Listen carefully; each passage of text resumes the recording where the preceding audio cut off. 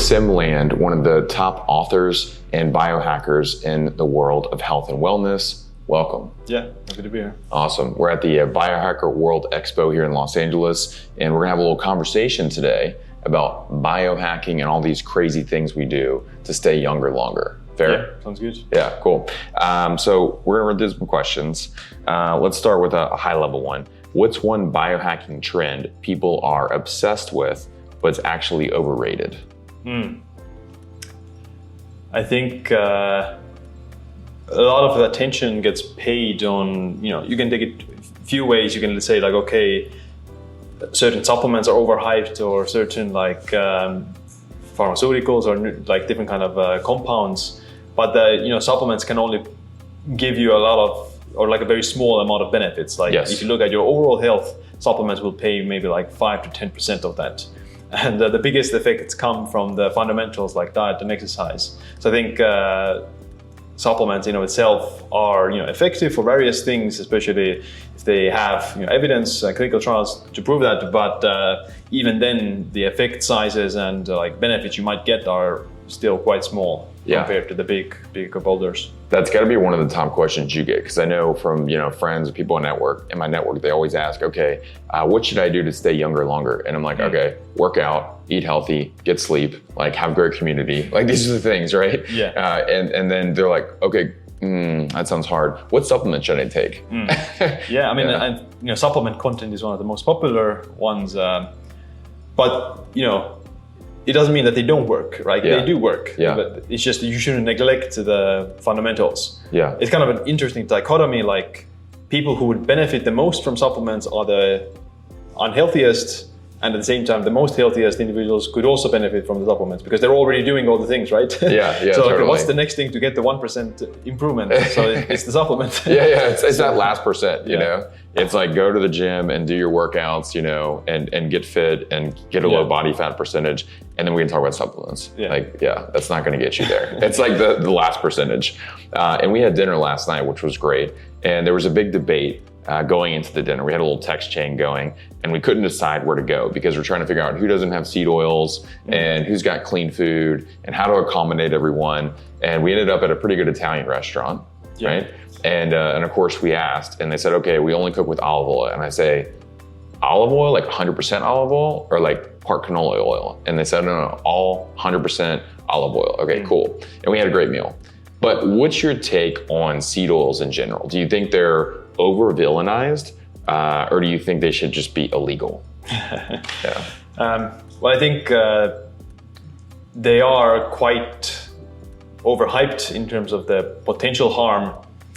Like if you look at human trials, then seed oil intake doesn't appear to increase the risk of heart disease and other chronic issues. So and especially if you look at these longitudinal data about people's blood omega-6 levels and omega-6 levels in the adipose tissue, which is the biggest way that you would get them is to consume them. Then these individuals actually have a lower risk of mortality than people with less amount of omega-6. Now it might be some nuances to that, or it might be something that we're not necessarily clear of. But I personally haven't seen any evidence that would indicate that seed oils are the boogeyman they are.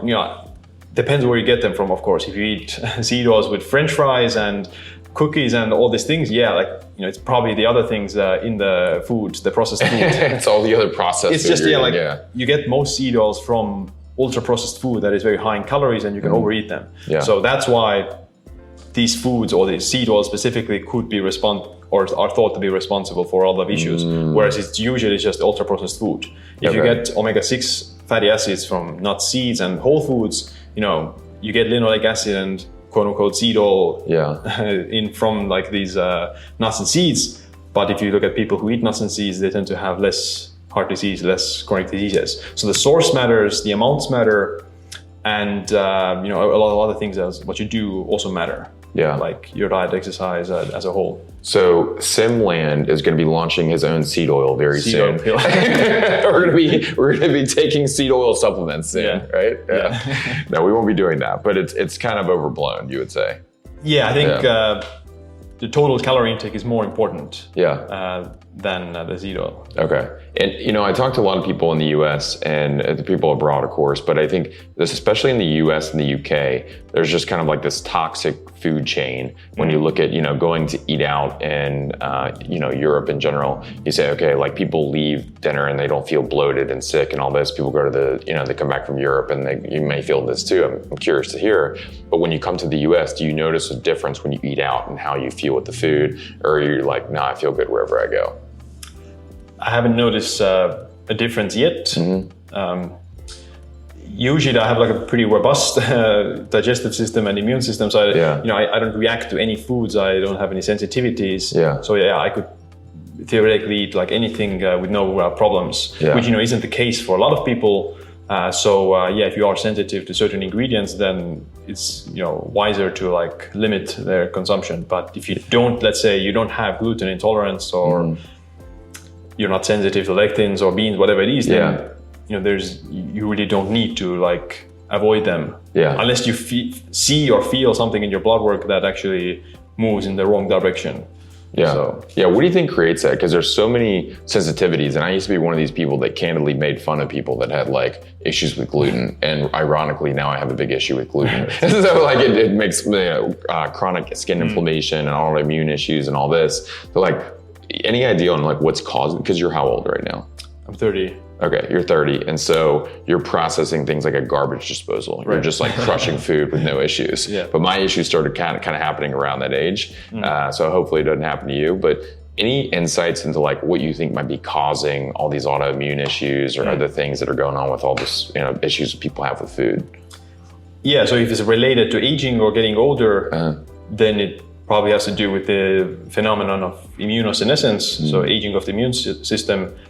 And that, can over time, you know, you might react to foods that you didn't react in the past. So that's like related to the immune system, which is like a natural decline with aging. But when it's, you know, already in your younger years, then, you know, personally, I think the reason I might have good immune system is because I was growing up in the countryside.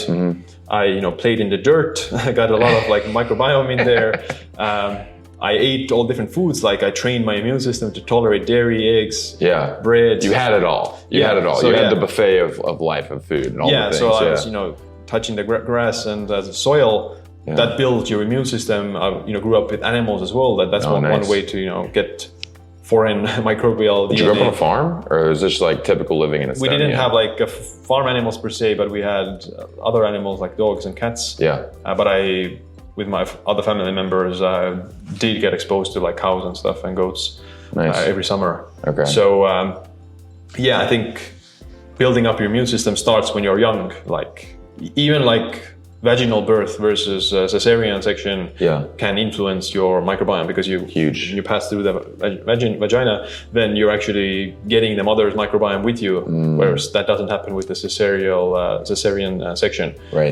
And probably like pesticides and those things, like glyphosate and other things, do influence people's gut health and immune system. Why they might, in the US, for example, why people might have more problems with grains or other foods here, whereas it's not the case in Europe that much. And let's touch on that, because I posted some content a couple years ago when I went to Italy, and I found that the gluten was far less inflammatory for me when I was there versus what I have in the US. And that was very provocative for people. People were like, this is crazy. And some people were like, he's exactly right. I've had the same thing. So what's been your experience? Because I looked into it and I found that like the gluten is quite different between the two countries. Look at there's like a hard wheat versus a soft wheat and higher gluten content in the US, these types of things. So what's been your experience in looking into that? There's something about the husk or like the seed of the wheat that's processed a bit differently, if I remember correctly. But it could also be just like the way the pizzas or breads or pastas are made. You know, if you look at if you go to like Italian restaurant in Italy, the artisan pizza is like quite small. Like it's quite small, and they're taking time to ferment the dough and all these things. In the US, we're like, crank it out. We want bigger, but they're the size of this table. Right? Exactly. Like in New York style pizza or something, it's going to be much more bigger, and you can expand it to however size. So the portion sizes might play a role as well.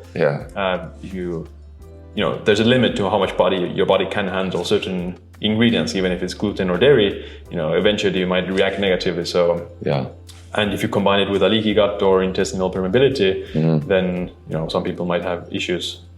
And what's your take? I mean, we're here in the US, we get big portions. I feel like last night the portions are pretty reasonable. The more expensive the restaurant, the more reasonable the portions are, right? So I was kind of hungry when I left, but that's okay.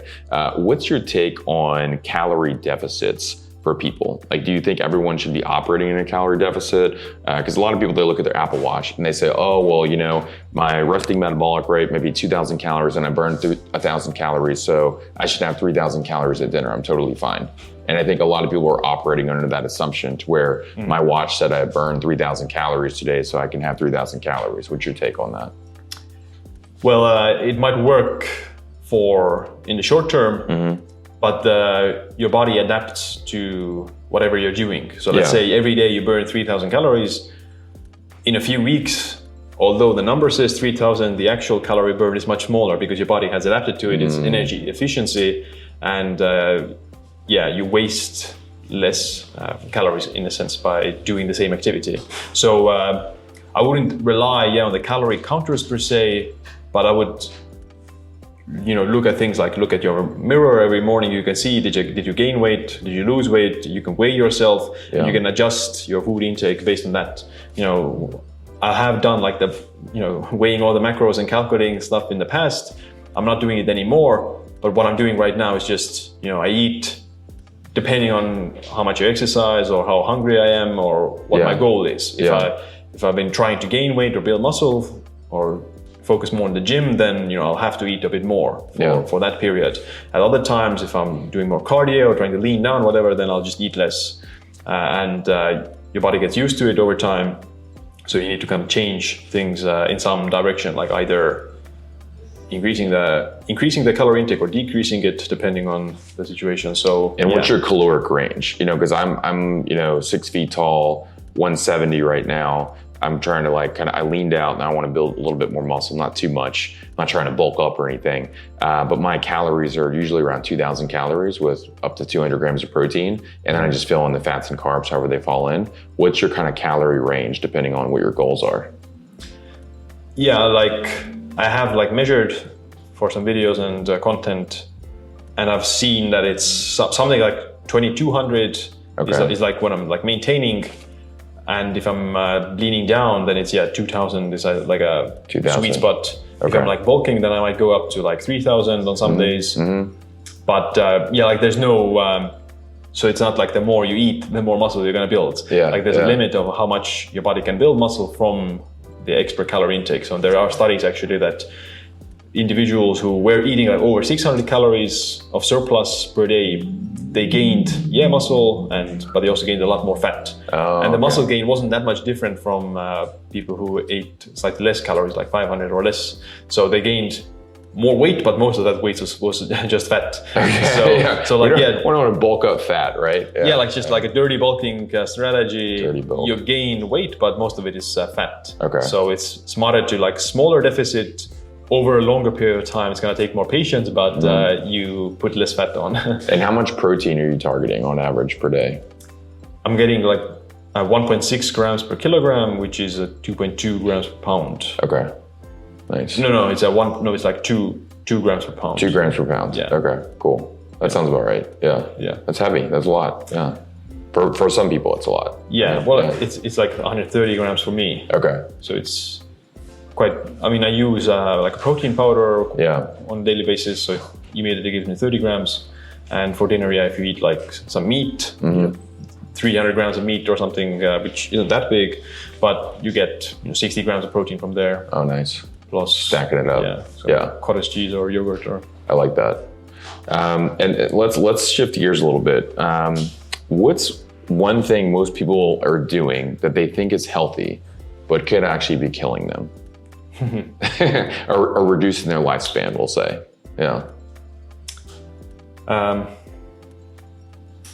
Yeah. What they think is healthy. It's like faux healthy, you know? Right. Yeah. Well, I would say it's not a direct answer, but neglecting cardio is in some sense. So we could say maybe people that are just like only weight training and they're like, oh, I'm super healthy because I just train weights all the time, right? Or I do yoga. That's another thing I get. Oh, I do yoga every day. Yeah, but like you're not healthy because you do yoga every day, right? You're not doing VO2 max cardio type of stuff, right? Yeah, so if you actually look at, muscle mass is important and it is associated with longevity. If you look at the studies, then VO2 max is a bigger risk factor than muscle mass or low muscle mass. So cardio protects you against heart disease and mortality a lot more than muscle mass. It's not like a ton more, but something like 10-20% more than muscle strength and muscle mass. So ideally you want to do both, but you don't want to like just focus on strength training and bulk up and neglect cardio. Right. And what's that balance for you? How do you balance out your days or workouts between VO2 max and weight training? How do you kind of like balance those two? Yeah, so I aim for 3 lifting sessions per week, and I do like push, pull, leg split. And cardio, I do like, recently I've been doing like, after every workout I've had like a 10 to 15 minute just regular zone 2 cardio. So, adds up over the course of the week. But then on the rest days, I'll also do like a longer zone 2 cardio session, something like 50-55 minutes. Or a HIIT interval. It's 4 minutes interval with 3 minutes rest, repeated for 4 rounds. So a couple of hours of cardio kind of spread throughout the week. Zone 2. So, and looking at the research, then the more moderate intensity exercise you do, the better it is for your mortality risk. Whereas with high intensity exercise and weightlifting, there's a sweet spot somewhere between 150 to 200 minutes per week. So if you do more, like if you do 500 minutes per week of weightlifting, then it actually starts to increase the risk. Whereas with moderate intensity exercise like jogging and hiking and other like lower intensity activities, the more you do, the lower the risk. Nice. Go for a hike. I like that. It doesn't have to be like that you kill yourself at the gym every day. Okay, that's good. Yeah, because a lot of people, I feel like, especially here in LA and some of the gyms, I go to Gold's in Venice, and these people, it's like they're hitting the gym 7 days a week and just throwing tons of weight around. And I'm like, I don't think this is going to be great for longevity.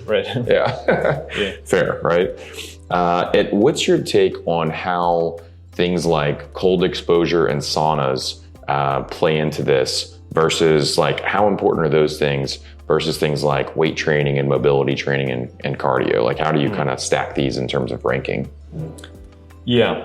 Saunas do have quite a lot of like evidence from the studies in Finland, and they find that people who take the sauna 4 or more times per week, they have up to 66% lower heart disease and Alzheimer's risk, and 40% lower all-cause mortality risk compared to once a week of sauna. So I do think that sauna has a pretty important or beneficial role in longevity routine and protocol. But it's not the same with cold exposure that much. Maybe it's because there's not enough studies on that, but I wouldn't rank cold exposure as high as something like saunas or exercise. I would put exercise number 1, and then comes sauna, and cold exposure is quite low on the list. But if you have a sauna, you have a cold plunge, then that's the best combo. If you do the sauna and then you jump in the cold, that's the best feeling. So if you can do them both, then that would be great. But it's not a huge necessity. The cold exposure. Nice. In your presentation earlier, you talked about how community and relationships can be great for longevity. What's your take on how important that is in terms of like some people find that they're in toxic relationships, right? Or maybe in an average relationship, and other people are in great relationships. How does that play in, especially with modern relationships? Do you think that, it needs to be a really healthy relationship, or like, how do you rate that, in terms of longevity? Yeah, there are studies that higher relationship satisfaction is associated with better health and longevity compared to low satisfaction. Now that is very subjective measurement, but it's just, like if you are feeling unhappy or unsatisfied, then chances are it's not gonna like be as useful as if you had a more satisfying relationship. Now the issue is that you might think that there's always like someone better or there's grass greener on the other side. Yeah. But like a toxic relationship isn't probably like a healthy thing. Yeah, I would agree. And how important is sex life that plays into all this, because it's like culturally this changes around the world. Some people think sex once a month is great. Some people need to have it every day or want it every day. Like how important is that in longevity? However we define healthy sex life. Yeah, there is association between a good sex life and frequent sex as well with longevity. Now the issue is it because healthier people have more sex, right? And they have other lifestyle factors that make them want to have more sex or improve their ability to have sex, especially in older age. Like if you're 80 years old and you're still going at it, then it's probably because you're healthy. You're probably in decent shape. Yeah. So like if you stop doing or having sex like early in life because you can't because of various reasons, erectile dysfunction, morbidly obese, leading to erectile dysfunction. Then it's because of the issue, like the disease, maybe not because of the lack of sex itself. Nice. So nice. And if you had to get stranded on an island and you could only take one supplement with you, and you could do all your weight training and VO2 max on this island, what would you take if you had to take one ingredient? I would take astaxanthin for the sunburn. That's a good one. Okay, so you take that for the sunburn, because tell me how that works. So it's a carotenoid that makes salmon pink, and it protects the salmon against oxidative stress and inflammation. Wow. And there are human studies, clinical trials, that astaxanthin protects against photoaging and the UV damage from the sun, and improves the skin anti-aging. So nice. Cool. Well, thank you for joining me today. This has been great. If you want to find anything out about Siim Land, where should the people find you at? I'm Siim Land at all the social media platforms. All the social media platforms. And your book is called? The Longevity Leap. Longevity Leap. Amazon, Awesome. Thanks for joining us. Yeah, cool. Good stuff, man. Nice. All right, and if you have not yet been to Biohackers World, guess what? We're coming to Chicago in July and Miami in November. You absolutely want to be there. These events are unlike anything else, and I've never even seen a longevity and health optimization conference in Chicago. So I'm so excited to see all of you in Chicago at Biohackers World.